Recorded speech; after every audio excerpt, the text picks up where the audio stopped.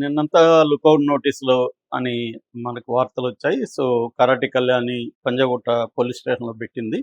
దానికి సంబంధించి పోలీసులు ఇప్పటివరకు విచారణ జరిపి, సో, అతను ఇండియాకొస్తే ఎక్కడ ఎనీ ఎయిర్‌పోర్ట్‌లో ఇండియాకొస్తే ఇమ్మీడియేట్‌గా పోలీసులకి ఇన్ఫార్మ్ చేయాలి. లుకౌట్ నోటీసులంటే నేను నిన్న చెప్పాను డీటెయిల్‌గా.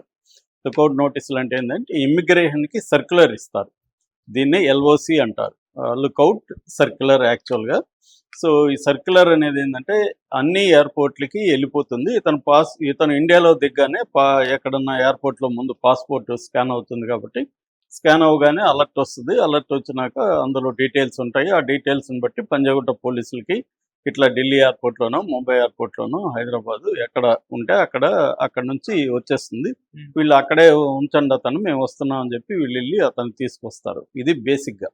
అంటే విదేశాల్లో ఉండే ఇండియన్ సిటిజన్స్‌ని ఇండియాకి వచ్చినప్పుడు గానీ, లేకపోతే ఇండియాలో ఉండే వాళ్ళు విదేశాలకు పారిపోబోతున్నారు అనే అనుమానం వస్తే గానీ, వాళ్ళని పోనీయకుండా ఆపడానికి లుకౌట్ నోటీసులనేవి షిప్పుల్లో గావచ్చు, లేకపోతే ఫ్లైట్‌లో గావచ్చు, ఎక్కడైనా గూడా వాళ్ళని ఆపడానికి ఇది ఆహ్, వాడతారు.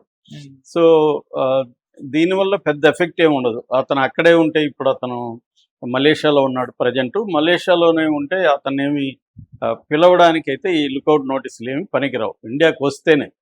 సో, అతను ఇప్పుడిప్పుడే ఇండియాకి వస్తున్నాడా లేదనేది తెలీదు. కానీ ఏదో ఒకటి చేయకపోతే వీళ్ళ పరువు పోతుంది కాబట్టి ఎందుకంటే వీళ్ళందరినీ అంతకుముందు గూడా అదేంటి ఇన్‌స్టా తీయిచ్చేసామని ప్రకటించుకున్నారు. అదంతా ఉత్తదేని తేలాక వీళ్ళ పరువు పోయింది. సోషల్ మీడియాలో విపరీతంగా ఎగతాళి చేయడం మొదలుపెట్టారు. దాంతో మన పరువుగా పడుకోవడానికి అన్నట్టుగా లుకౌట్ నోటీసులు జారీ చేశారు తప్ప, అంతకంటే దానివల్లేమీ అన్వేష్‌కి ఇబ్బంది ఉండదని నిన్న గూడా నేను చెప్పాను. సో, ఈ నేపథ్యంలో అన్వేష్ దీని మీద ఒక వీడియో చేశాడు. ఆ వీడియోలో ప్రధానంగా అతను చెప్పిందేంటంటే, ఒకటి అందరి మీద కేసులున్నాయి. ముఖ్యమంత్రుల మీద ఉన్నాయి, ప్రధానమంత్రి మీద ఉన్నాయి, అందరి మీద ఉన్నాయి అని చెప్పి ఆయన ప్రధానంగా రేవంత్ రెడ్డి మీద 89 కేసులున్నాయి. తర్వాత కేసీఆర్ మీద 9 కేసులున్నాయి. జగన్ మీద 29 కేసులున్నాయి. చంద్రబాబు మీద 19 కేసులున్నాయి. ఇవన్నీ కూడా మైనేత దాంట్లో ఉంటది. ఎందుకంటే వీళ్ళ రాజకీయ నాయకులు అందరి మీద కేసులుంటాయి. ఏం జరిగింది? అట్లాగే నా మీద కూడా 3 కేసులున్నాయి. నా మీద బెట్టింగ్ అప్పుడు కొంతమంది కేసు పెట్టిచ్చారు ఒక లేడీ దగ్గర. అట్లాగే ఇక్కడ మెట్రో యాడ్‌లో బెట్టింగ్ యాడ్ ఉందని చెప్పి నేను చెప్పిన దానికి మెట్రో డిపార్ట్మెంట్ నా మీద కేసు పెట్టింది. ఇవన్నీ ఏమీ నిలవు. నేను ఇండియాకొస్తే లాయర్‌ని పెట్టుకొని ఇవన్నీ కూడా డీల్ చేసుకుంటాను అనేది చెప్పాడు. ఇప్పుడు ఈ కేసు నిజానికి నేను మాట్లాడింది అదే గరికపాటి కూడా అదే మాట్లాడాడని గరికపాటి వీడియో కూడా చూపించాడు, వినిపించాడు. గరికపాటి కూడా ఏం చెప్తున్నా అంటే, పూర్వకాలం కూడా అత్యాచారాలు జరిగాయి కదా, ద్రౌపదిని గురించి సైంధవుడు ప్రయత్నించాడు, కీచకుడు నానా యాతన పెట్టాడు, సీతాదేవి టీషర్ట్ వేసుకుందని రావణాసుడు ఎత్తుకుపోయాడు. ఈ మాటలు గరికపాటి మాట్లాడాడు.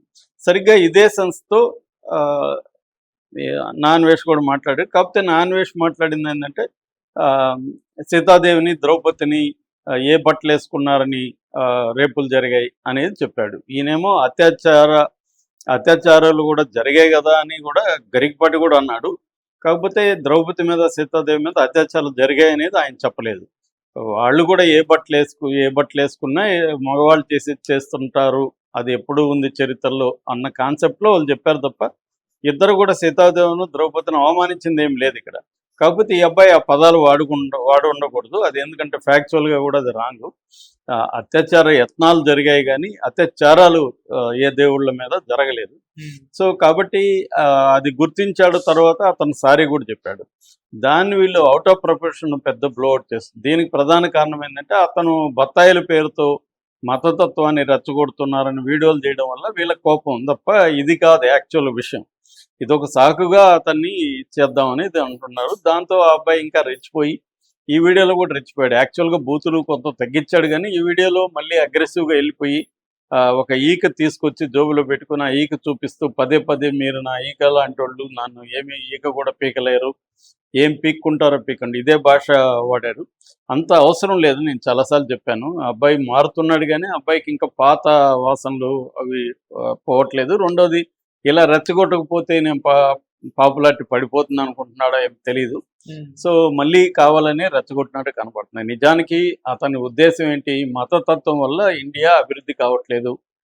చైనా కానీ లేకపోతే జపాన్ ఇవన్నీ అభివృద్ధి అవుతున్నాయి. అక్కడ మతతత్వం లేదు. ఇండియాలో మతతత్వం వల్ల అభివృద్ధికి ఆటంకం కలుగుతుందనే చెప్పదలుచుకున్నాడు. ఆ అభిప్రాయం చెప్పడం తప్పు కాదు. అట్లాగే ఆ అభిప్రాయం తప్పని వీళ్ళు కూడా చెప్పొచ్చు. ఓన్లీ అభివృద్ధే కాదు, మాకు మతం కూడా ఇంపార్టెంటే అనేది వీళ్ళు అనుకోవచ్చు. దాంట్లో కూడా తప్పు లేదు. వాళ్ళ అభిప్రాయం వాళ్ళు చెప్పొచ్చు. కానీ ఇక్కడ ఏందంటే నేను నిన్న కూడా చెప్పినట్టుగా ఒక టాలరెన్స్ అనేది పోయింది ఇప్పుడు జనంలో. అందరిలో పోయిందది.